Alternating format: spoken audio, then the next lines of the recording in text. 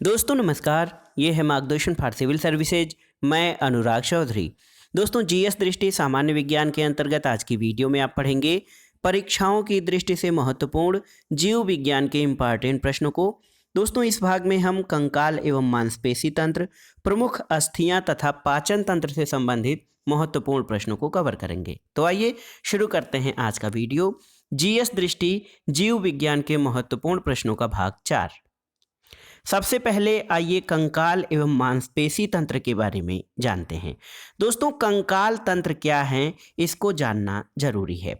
कंकाल तंत्र दोस्तों हड्डियों से बना हुआ ढांचा होता है। कंकाल तंत्र हड्डियों से बना हुआ ढांचा है और इसका कार्य शरीर को आकृति देना होता है। तो हमारा जो शरीर है उसका जो ढांचा है, हड्डियों का बना ढांचा, वो कंकाल तंत्र कहलाता है और ये हमारे शरीर को ठोस आकृति देता है।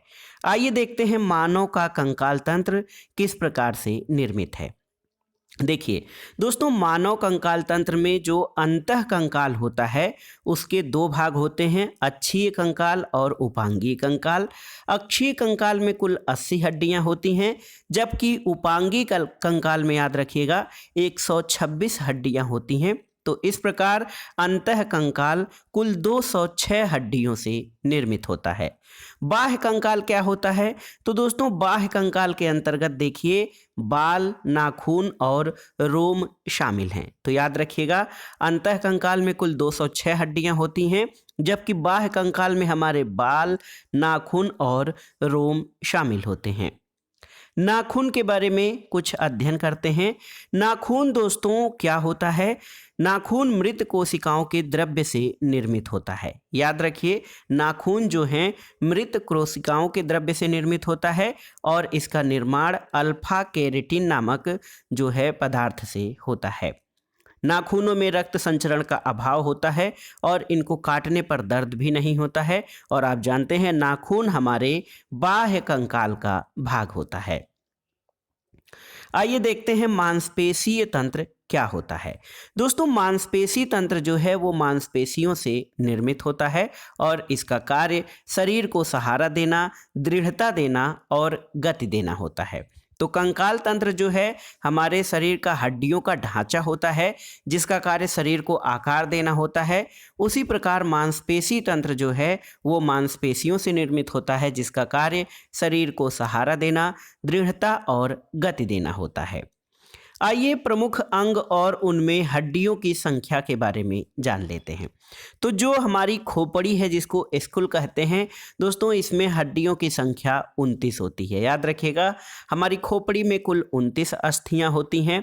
कपाल में अस्थियों की संख्या 8 होती है और चेहरे में कुल 14 अस्थियां होती हैं।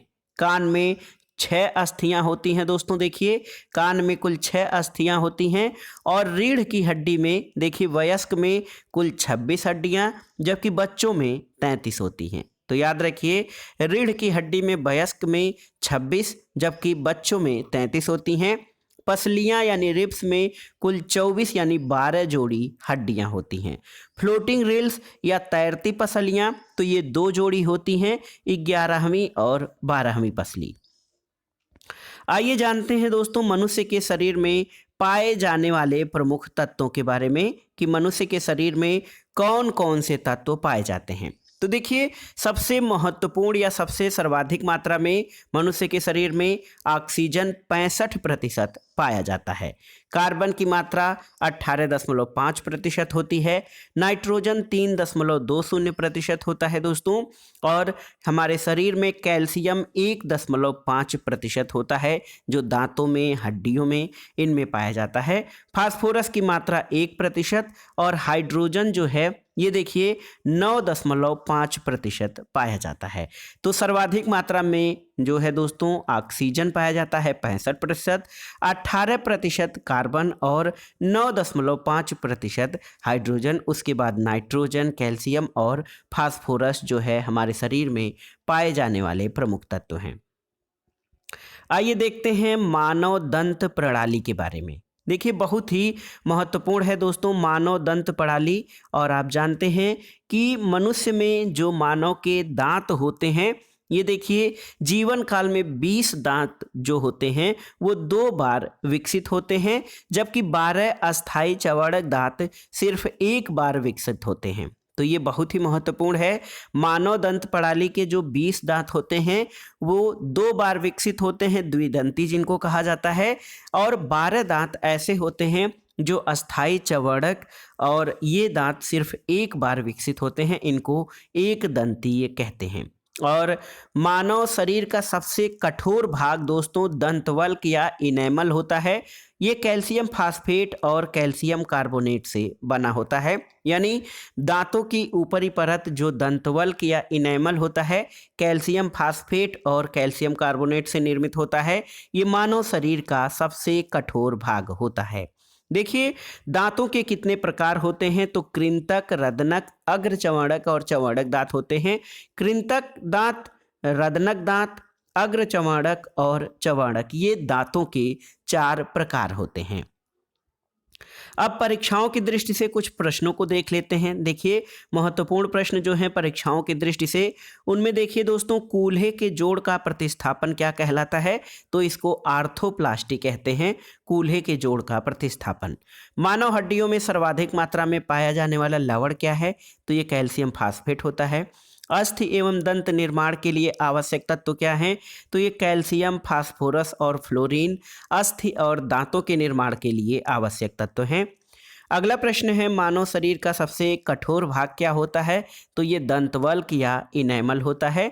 और देखिए जबड़ा, मैंडिबल और कंठ के बीच जिह्वा के नीचे स्थित हड्डी कौन सी होती है, तो इसको हाईओइड कहते हैं। हाईओइड हड्डी ये जबड़ा और कंठ के बीच जिह्वा के नीचे स्थित होती है।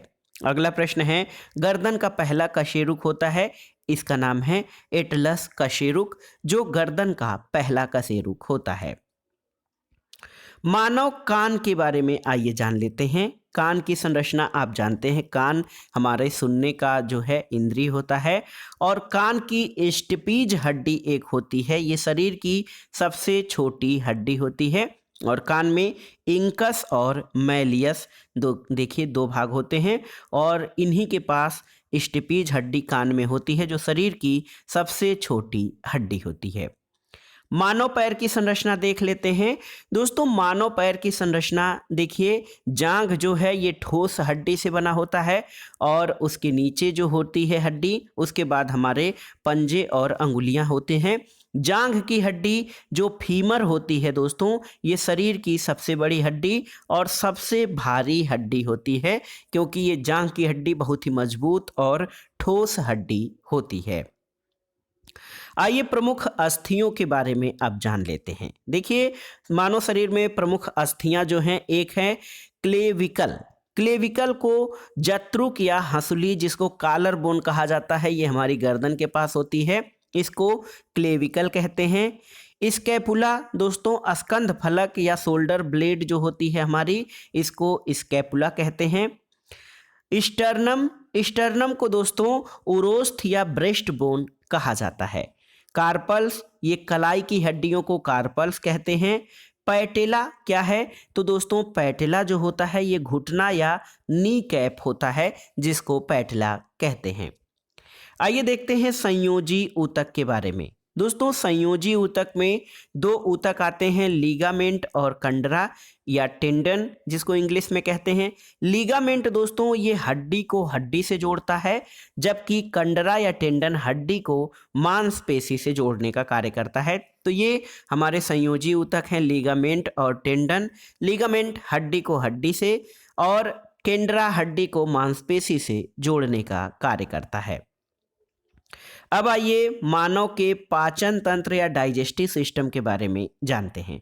पाचन क्या है दोस्तों, पाचन क्या होता है इसको समझ लेते हैं पहले। पाचन जो है विभिन्न भौतिक और रासायनिक क्रियाओं द्वारा भोज्य पदार्थों को सरल, छोटे और घुलनशील अणुओं में बदलने की प्रक्रिया पाचन कहलाती है। हमारा पाचन तंत्र जो है वो किस प्रकार का होता है, इसको समझते हैं। दोस्तों, पाचन तंत्र जो हम मुख से भोजन करते हैं, ग्रहण करते हैं, वो ग्रास नली के द्वारा हमारे यकृत में जाता है। देखिए, मुख में क्या होता है, लार होता है, और लार में जो है टाइलिन एंजाइम और लारीय एमाइलेज होता है, जो जीभ के सहारे ग्रास नली के द्वारा भोजन को आमाशय तक ले जाया जाता है। इसके बाद क्या होता है, आमाशय में होता ये है दोस्तों, देखिए हमारे आमाशय में हाइड्रोक्लोरिक एसिड जो है HCl मुक्त होता है, और पेप्सिन एंजाइम और प्रोटीन का पाचन आमाशय में होता है। इसके अलावा एक पित्ताशय भी होता है दोस्तों। पित्ताशय में वसा का इमल्सीकरण होता है, क्योंकि पित्ताशय में पित्त का भंडारण होता है। उसके बाद भोजन हमारे यकृत में जाता है। यकृत पित्त का उत्पादन करता है। ग्लाइकोजेनिस इसमें होता है, और यूरिया का संश्लेषण यकृत में होता है। और दोस्तों, यकृत जो है एल्कोहल का निराविशन भी करता है। तो बहुत ही महत्वपूर्ण है हमारे शरीर का यकृत। अग्न्याशय क्या है दोस्तों, अग्न्याशय से अग्न्याशयी रस निकलता है, फिर बड़ी आंत में जल का अवशोषण हो जाता है। उसके बाद भोजन जो है छोटी आंत में पहुंचता है। छोटी आंत में जो हमारा भोजन होता है, इसमें क्या होता है, कार्बोहाइड्रेट का पाचन होता है, वसा का पाचन होता है, प्रोटीन का पाचन होता है, और पचे हुए पोषक पदार्थों का अवशोषण हमारी छोटी आंत में होता है। इसके अलावा यहाँ पर देखिए, एक मानव शरीर में अवशेषी अंग है, अपेंडिक्स कहा जाता है, जिसको परिशेषिका कहते हैं। इसके बाद हमारे शरीर के पाचन अंग का जो अंतिम भाग वो गुदा है, जहाँ से जो पोषक पदार्थों के अवशोषण के बाद बचा हुआ जो पदार्थ है उसको मल त्याग के द्वारा बाहर निकाल दिया जाता है। तो ये कुल मिलाकर हमारे भोजन का पाचन तंत्र जो है उसको आपने देखा कि मुख से भोजन ग्रास नली से होते हुए आमाशय में आता है, और उसके बाद यकृत और अग्नाशय बड़ी आंत होते हुए ये छोटी आंत में जाकर गुदा द्वार से मल पर त्याग कर दिया जाता है। दोस्तों, लार का संगठन क्या होता है। लार, देखिए लार जो है वो भोजन को गीला करने और ग्रास नली से अंदर ले जाने में सहायक होता है। इसमें जो म्यूकस होता है वो लुब्रिकेंट का काम करता है। लारीय एमाइलेज या टाइलेन स्टार्च का पाचन करते हैं। लाइसोजाइम एंजाइम जीवाणुओं का नाश करते हैं, और सोडियम आयन, क्लोरीन आयन और पोटेशियम आयन ये इलेक्ट्रोलाइट ये खाने में नमी लाते हैं। इसके अलावा लिंगुअल लाइपेज ये वसा का पाचन करने में सहायक होते हैं। तो आप जान गए कि लार का संगठन किस प्रकार से होता है।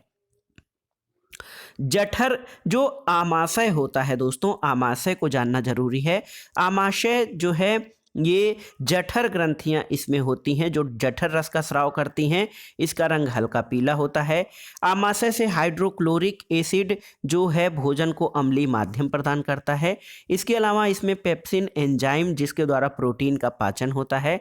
श्लेष्मा ये आमाशय के आंतरिक अस्तर की अम्ल से रक्षा करती है। और रेनिन एंजाइम दोस्तों ये कैसिनोजेन दूध और कैसीन जो है दोस्तों यहाँ पर निर्मित होता है। कैसिनोजेन रेनिन एंजाइम जो है ये भी आमाशय से ही जो है एंजाइम स्रावित होता है। इसके अलावा देखिए लैंगरहैंस की द्वीपिका क्या होती है, या आइसलेट्स ऑफ लैंगरहैंस। दोस्तों, लैंगरहैंस की दीपिका की खोज लैंगरहैंस द्वारा की गई थी, और ये अग्नाशय का एक भाग है। और लैंगरहैंस की द्वीपिका जो है इंसुलिन, ग्लूकागान और सोमैस्टोस्टेटिन हार्मोन का स्रावण करती है। इसके अलावा यकृत या लीवर ये हमारे शरीर का बहुत ही महत्वपूर्ण भाग है, और मानव शरीर की सबसे बड़ी ग्रंथि यकृत है। इसका भार लगभग 1.5 यानी 1.5 किलोग्राम होता है। और यकृत की प्रमुख क्रियाएं क्या क्या हैं इसको जानना जरूरी है। यकृत पित्त का उत्पादन करता है, रक्त में अमीनो अम्ल का विनिमय करता है, यूरिया का संश्लेषण भी करता है। लगभग 500 क्रियाएं, देखिए दोस्तों लगभग 500 क्रियाएं यकृत हमारा अकेले करता है। इसके अलावा ग्लाइकोजेनोलिसिस, हाइपेरिन और फाइब्रोनेजिन प्रोटीन का उत्पादन, और जो यकृत है ये शरीर का तापमान बनाए रखने में भी सहायता करता है। तो देखिए लीवर जो है हमारा बहुत ही महत्वपूर्ण अंग होता है। आइए पित्ताशय यानी गाल ब्लैडर के बारे में जानते हैं। दोस्तों पित्ताशय में पित्त का भंडारण होता है और प्रतिदिन लगभग 800 से 1000 मिलीलीटर पित्त का स्रावण होता है, और पित्ताशय वसा का पायसीकरण या इमल्सन करता है, लिपिड से पाचन और अवशोषण में सहायक होता है, और पित्त का जो पित्त रस होता है वो क्षारीय होता है जिसका पीएच 7.7 होता है। इसका रंग पीला और हरा होता है और बिलरुबिन की अधिकता से पीलिया हो जाता है। तो ये पित्ताशय के बारे में महत्वपूर्ण जानकारी। यहाँ वसा का पायसीकरण और लिपिड्स का पाचन होता है। अग्नाशय यानी पैंक्रियाज क्या होते हैं इसके बारे में देख लेते हैं। दोस्तों मानव शरीर की दूसरी सबसे बड़ी ग्रंथि अग्नाशय है, और ये मिश्रित ग्रंथि इसको कहा जाता है क्योंकि यह अंतःस्रावी और बहिस्रावी दोनों ही प्रकार की ग्रंथि के गुणों से युक्त होती है। दोनों ही ग्रंथि के रूप में इसको इसलिए अग्नाशय को मिश्रित ग्रंथि कहते हैं। और दोस्तों क्षारीय अग्नाशयी रस ये पूर्ण पाचक रस का स्रावण करती है। देखिए क्षारीय अग्नाशयी रस में प्रमुख जो है ट्रिप्सिनोजन होता है जो अक्रियाशील ट्रिप्सिन होता है। प्रोटीन को पॉलीपेप्टाइड में तोड़ने का कार्य भी अग्नाशयी रस करता है, और अग्नाशयी लाइपेज जो है वो वसा का पाचन करता है, और अग्नाशयी इमाइलेज ये स्टार्च के पाचन में सहायक होता है। तो ये देखिए बहुत ही महत्वपूर्ण रहा अग्नाशय। अग्नाशय मानव शरीर की दूसरी सबसे बड़ी ग्रंथि है। सबसे बड़ी ग्रंथि आपकी यकृत है, उसके बाद जो है पैंक्रियाज है। अग्नाशय की विशेषता ये है कि इसको मिश्रित ग्रंथि कहा जाता है क्योंकि यह अंतःस्रावी और बहिस्रावी दोनों ग्रंथि के रूप में इसको देखा जाता है। छोटी आंत दोस्तों देखिए स्मॉल इंटेस्टाइन जो होती है छोटी आंत, ये बहुत ही महत्वपूर्ण है। इसके 3 भाग होते हैं, एक तो ग्रहणी, दूसरा मध्यांत्र और तीसरा शेषांत्र। दोस्तों छोटी आंत जो है ये बहुत ही कुंडलित नलिका होती है जिसकी लंबाई 6 से 7 मीटर होती है, और इसका कार्य भोजन का अंतिम रूप से पाचन और अवशोषण करना होता है। बहुत ही महत्वपूर्ण है। छोटी आंत लंबी होती है, नाम इसका छोटा है, लेकिन ये कुंडलित नलिका होती है 6 से 7 मीटर लंबी, और भोजन को अंतिम रूप से पाचन करने और अवशोषण करने का कार्य ये करती है। छोटी आंत में देखिए दोस्तों इरेप्सिन पेप्टोन्स का पाचन करते हैं, ये एमिनो अम्ल होते हैं। माल्टेज जो है माल्टोज पाचन, ग्लूकोज, लैक्टेज लैक्टोज पाचन, और लैक्टोज जो है ये ग्लैक्टोज और ग्लूकोज होते हैं। लाइपेज में इमल्सिफाइड वसा का पाचन होता है जो फैटी एसिड होते हैं, और सुक्रेज जो होता है सुक्रोज का ग्लूकोज और फ्रक्टोज में विखंडन। ये सभी प्रक्रियाएं दोस्तों ये आपकी छोटी आंत में संचालित होती हैं। बड़ी आंत तो देखिए बड़ी आंत जो होती है ये 3 भागों में विभाजित होती है। बड़ी आंत सीकम, कोलन और मलाशय में, और इसका कार्य बड़ी आंत का कार्य जल का अवशोषण करना होता है। इसके अलावा दोस्तों यहाँ पर देखिए अपेंडिक्स का नाम कृमि रूप परिशेषिका है हिंदी में, और ये एक वेस्टिजियल आर्गन है यानी मानव शरीर का अवशेषी अंग है, और अपेंडिक्स दोस्तों बृहदांत्र के सीकम से जुड़ा हुआ होता है। आइए अंत में कुछ महत्वपूर्ण तथ्यों को देख लेते हैं। लार में जल की मात्रा कितनी होती है, तो 99.5% मात्रा लार में जल की होती है। प्रतिदिन लार का औसत स्राव कितना होता है, तो ये औसत 1 से 1.5 लीटर लार का स्राव प्रतिदिन होता है। कुछ और महत्वपूर्ण तथ्य जो परीक्षाओं के लिए महत्वपूर्ण हैं, देखिए ग्लूकोज को इथेनॉल में परिवर्तित करने वाले एंजाइम का नाम क्या है, तो ग्लूकोज आप जानते हैं कि दोस्तों सीरे से जो शराब बनाई जाती है इथेनॉल, तो ग्लूकोज को इथेनॉल में परिवर्तित करने वाले एंजाइम को जाइमेज एंजाइम कहते हैं। एंजाइम मूलतः क्या होते हैं, तो एंजाइम मूल रूप से जैव उत्प्रेरक प्रोटीन होते हैं। दूध को पचाने वाले एंजाइम का नाम क्या है, तो दूध को पचाने वाले एंजाइम का नाम है रेनिन एंजाइम, याद रखिएगा। दूध में कौन सी प्रोटीन होती है, तो दूध में केसीन प्रोटीन होती है और ये सफ़ेद वर्णक का कारक भी होता है। तो दोस्तों ये था आज का वीडियो। जीएस दृष्टि जीव विज्ञान के महत्वपूर्ण प्रश्नों का भाग 4 था ये आपके आगामी परीक्षाओं के लिए बहुत ही उपयोगी है। आप इन प्रश्नों को तैयार कर लीजिएगा। वीडियो आपको कैसा लगा हमें कमेंट बॉक्स में ज़रूर बताइएगा। वीडियो को लाइक करें, शेयर करें और इस चैनल मार्गदर्शन फॉर सिविल सर्विसेज को सब्सक्राइब करें। वीडियो देखने के लिए धन्यवाद दोस्तों। नमस्कार।